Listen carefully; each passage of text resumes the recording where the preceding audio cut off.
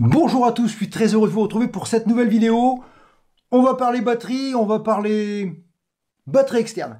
On va fabriquer de toutes pièces une batterie externe pour recharger vos médias, comme par exemple vos caméras, vos téléphones portables. Et on va faire ça d'une manière vraiment très artisanale, le but étant que ce soit le moins cher possible, que ça ne coûte quasiment rien et que ce soit avec uniquement des matériaux de recyclage. Vraiment, l'idée, c'est de travailler avec presque rien et d'arriver à un produit fini. On voit ça maintenant et paf, c'est parti.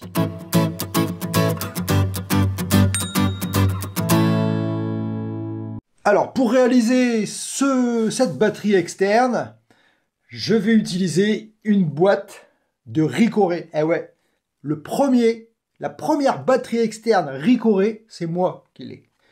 Vous pourrez vous la faire, je vais tout vous indiquer, je vais tout vous montrer, on va voir comment j'ai réalisé cet objet. Pour commencer, il vous faut des batteries, récupérer des vieilles batteries pour récupérer des cellules en bon état. Plus vous allez avoir une boîte grosse, plus vous aurez d'autonomie. Pour le coup, j'ai mis 9 cellules de 2500 mAh, ce qui fait à peu près une autonomie, on va dire, disponible de un peu plus de 20 000 mAh, ce qui fait la possibilité de recharger à peu près 4 smartphones. Alors voyons un peu le matériel qu'on aura besoin pour réaliser cette batterie externe. Alors on a dit des batteries, on a dit forcément une boîte de Ricoré, un vieux power bank que vous allez récupérer qui ne fonctionne plus pour récupérer le petit module. Ici le petit module USB pour y brancher vos appareils. Vous aurez besoin d'un fer à souder, normal, tout basique. On va dire aussi un petit pistolet à colle, tout le monde a ça.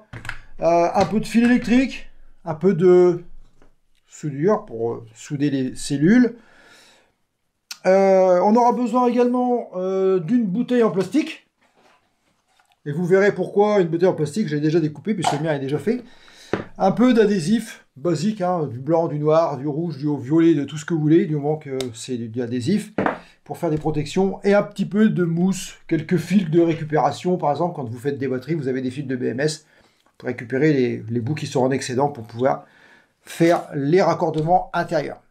Allez, assez discuté, passons dès le début, la mise en place, le démontage d'abord des cellules de récupération, et ensuite l'assemblage des différents éléments pour arriver jusqu'à la finalité, le test final. On voit ça maintenant, c'est parti. Alors pour récupérer des cellules à moindre coût, le mieux c'est de faire le tour des négoces et de récupérer des vieilles batteries d'électroportatifs qui ne fonctionnent plus. Donc après on les démonte et on va récupérer tout simplement les éléments et puis pouvoir fabriquer notre batterie externe.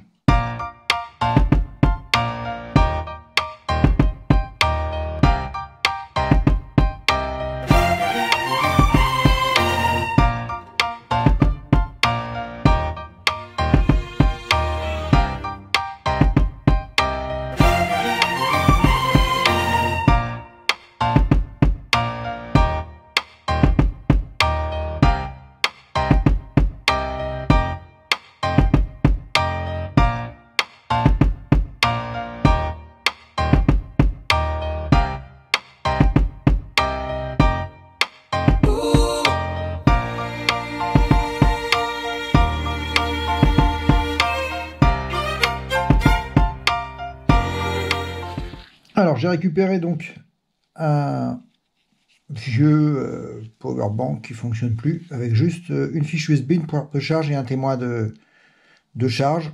Je vais l'ouvrir et je vais essayer de récupérer proprement donc la fiche USB, comme ça je vais pouvoir la remonter.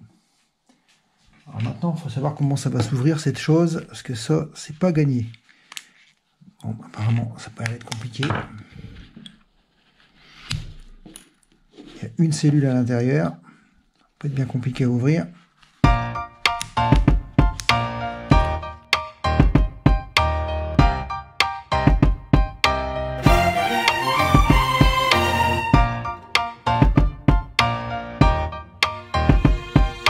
J'arrive à la garder, mais je sais pas comment je vais faire pour arriver à garder ça en bon état sans le casser. Voilà. Donc ça, visiblement, je vais être obligé de le découper proprement pour pouvoir le remettre. Voilà, donc là on a un module USB. L'idéal, ça serait de récupérer ça pour pouvoir le coller sur le couvercle du pot. Et après, je vais faire tenir ça, je ne sais pas comment. Parce qu'il n'y a pas de trou de fixation. Certainement coller quelque chose dessus pour éviter que ça puisse s'enfoncer. À la colle à chaud, par exemple. L'idée, c'est de faire le trou un petit peu plus petit pour qu'on puisse le coller dessus.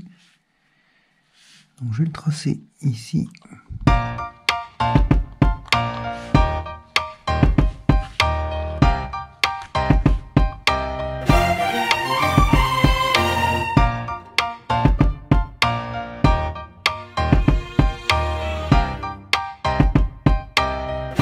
Alors j'ai réussi à coller le petit, voilà, la face. On va laisser sécher ça tranquillement.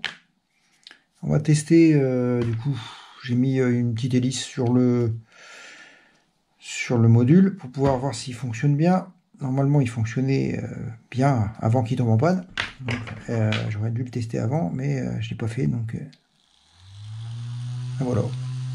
Donc, il fonctionne.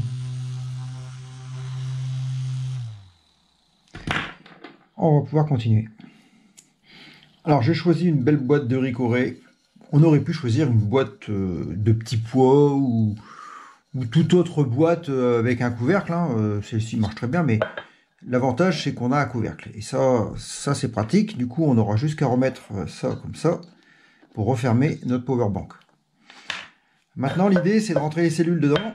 Donc pour les cellules j'ai choisi d'en mettre...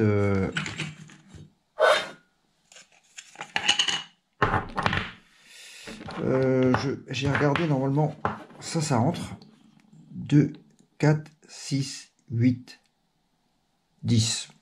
On va essayer, voir, on va les mettre dedans pour voir si ça tient. 10 cellules.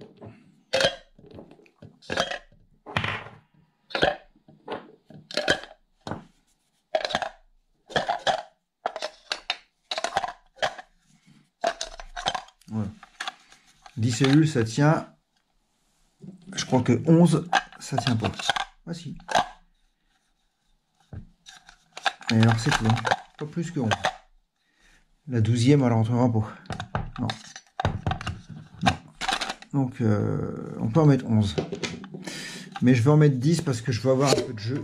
Et 11, ça va faire beaucoup. Donc, je ne vais en mettre que 10. Alors, pour les assembler, la technique, c'est le pistolet à chaud. C'est pas la meilleure, hein, des techniques. Hein. Mais comme on n'a pas beaucoup d'argent pour faire ce powerbank, on va faire ça à la colle à chaud. Et on finira le travail avec une enveloppe avec une bouteille de plastique rétractée. On verra à la fin, vous allez voir comment ça marche. Ça coûte pas cher, c'est de la récup. C'est l'idée de la chose, c'est de faire une batterie externe pas cher. Donc le moins de matériaux achetés, tout du recyclage. On va coller tout ça. Et puis après, il n'y aura plus qu'à mettre tout ça à l'intérieur. Ça rentre bien. Il va falloir que j'enlève la bordure qu'il y a ici. Donc je vais l'enlever au Dremel. Bien, j'ai enlevé la bordure au Dremel. Donc là c'est bien. Maintenant on va pouvoir assembler les cellules et faire rentrer tout ça à l'intérieur. Donc le pistolet à chaud, eh ben, il est chaud. On va pouvoir coller les cellules.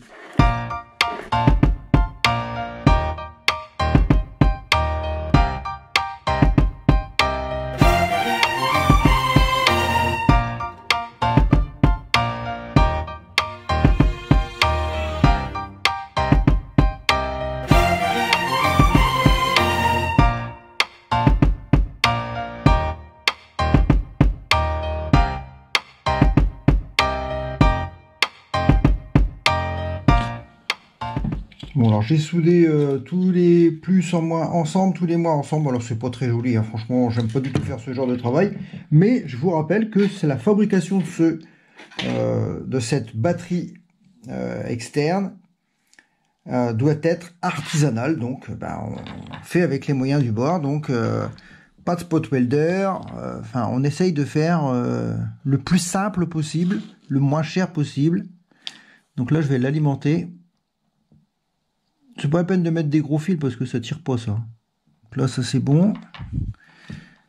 Bon, j'ai quand même utilisé de la gaine thermo-rétractable quand même pour faire ça proprement. Mais j'aurais pu très bien mettre de l'adhésif pour que ça soit plus simple encore, mais bon.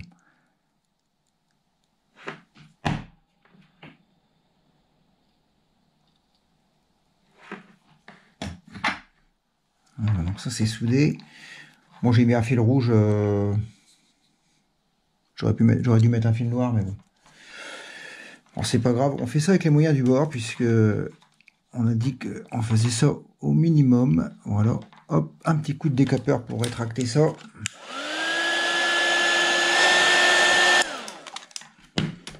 Voilà. Et là, il me reste donc plus qu'à souder.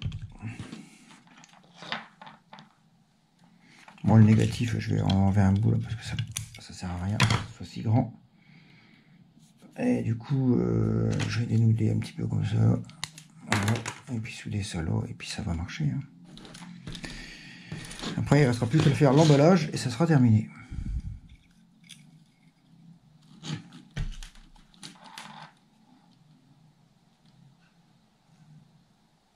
Un petit soudure ici.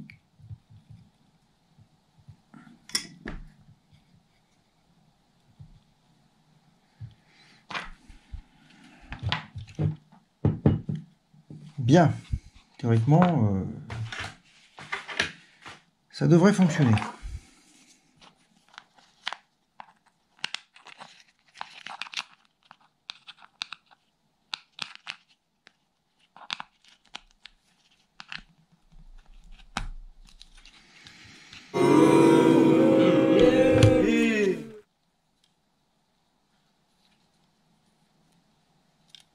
Alors pourquoi ça ne marche pas? Tout simplement parce qu'en fait, le fait qu'il ait été débranché pendant longtemps, il a fallu en fait que j'active la charge avec une prise USB-C pour pouvoir y mettre, le relancer en fait. Là maintenant il fonctionne. Voilà. Donc là, c'est bon, on a plus qu'à mettre tout ça dans la boîte.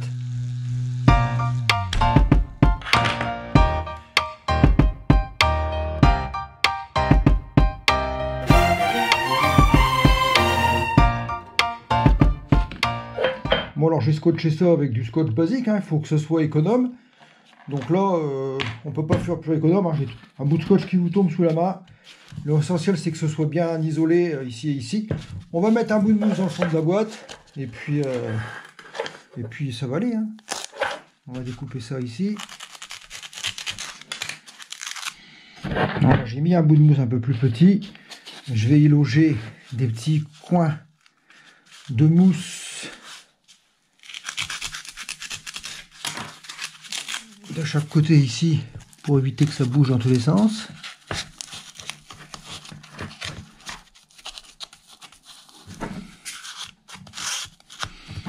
Voilà, ça bouge plus du tout. Normalement, ça devrait pouvoir se refermer normalement.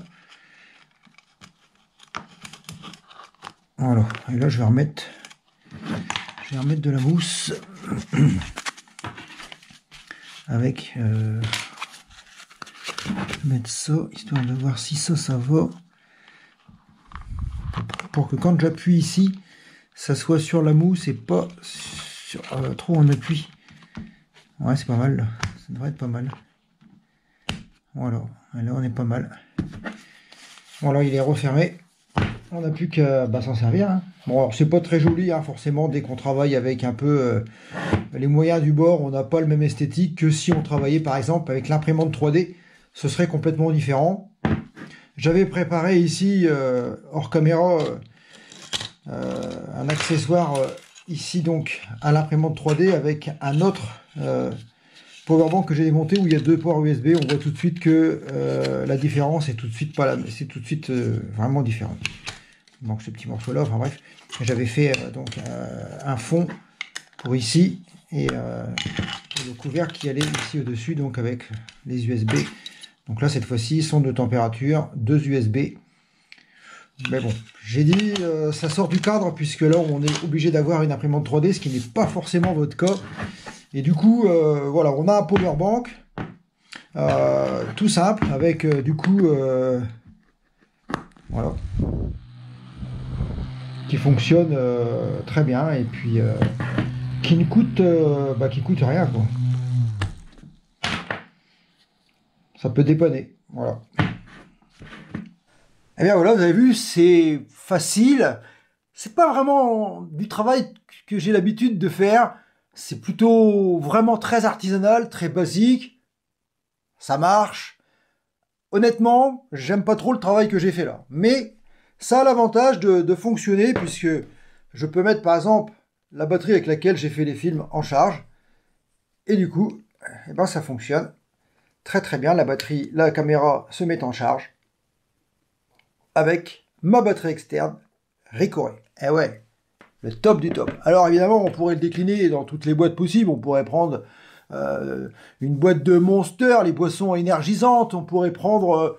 Après, il faut modifier, hein, c'est un peu différent. L'avantage de cette boîte, c'est que on a un couvercle qui s'ouvre et qui se remet. Donc, ça permet de pouvoir un peu faciliter le travail. Mais on pourrait faire dans n'importe quelle boîte une batterie externe dès lors qu'on utilise des cellules 18650. Plus la boîte sera grosse, évidemment, plus on en mettra, plus il sera lourd, plus il sera encombrant.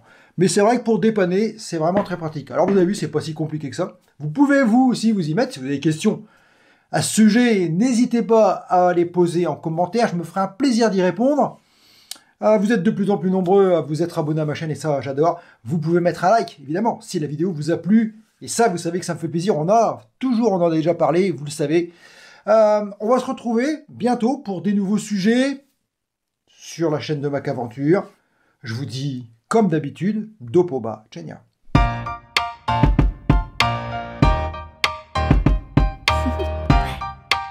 Do you want to know?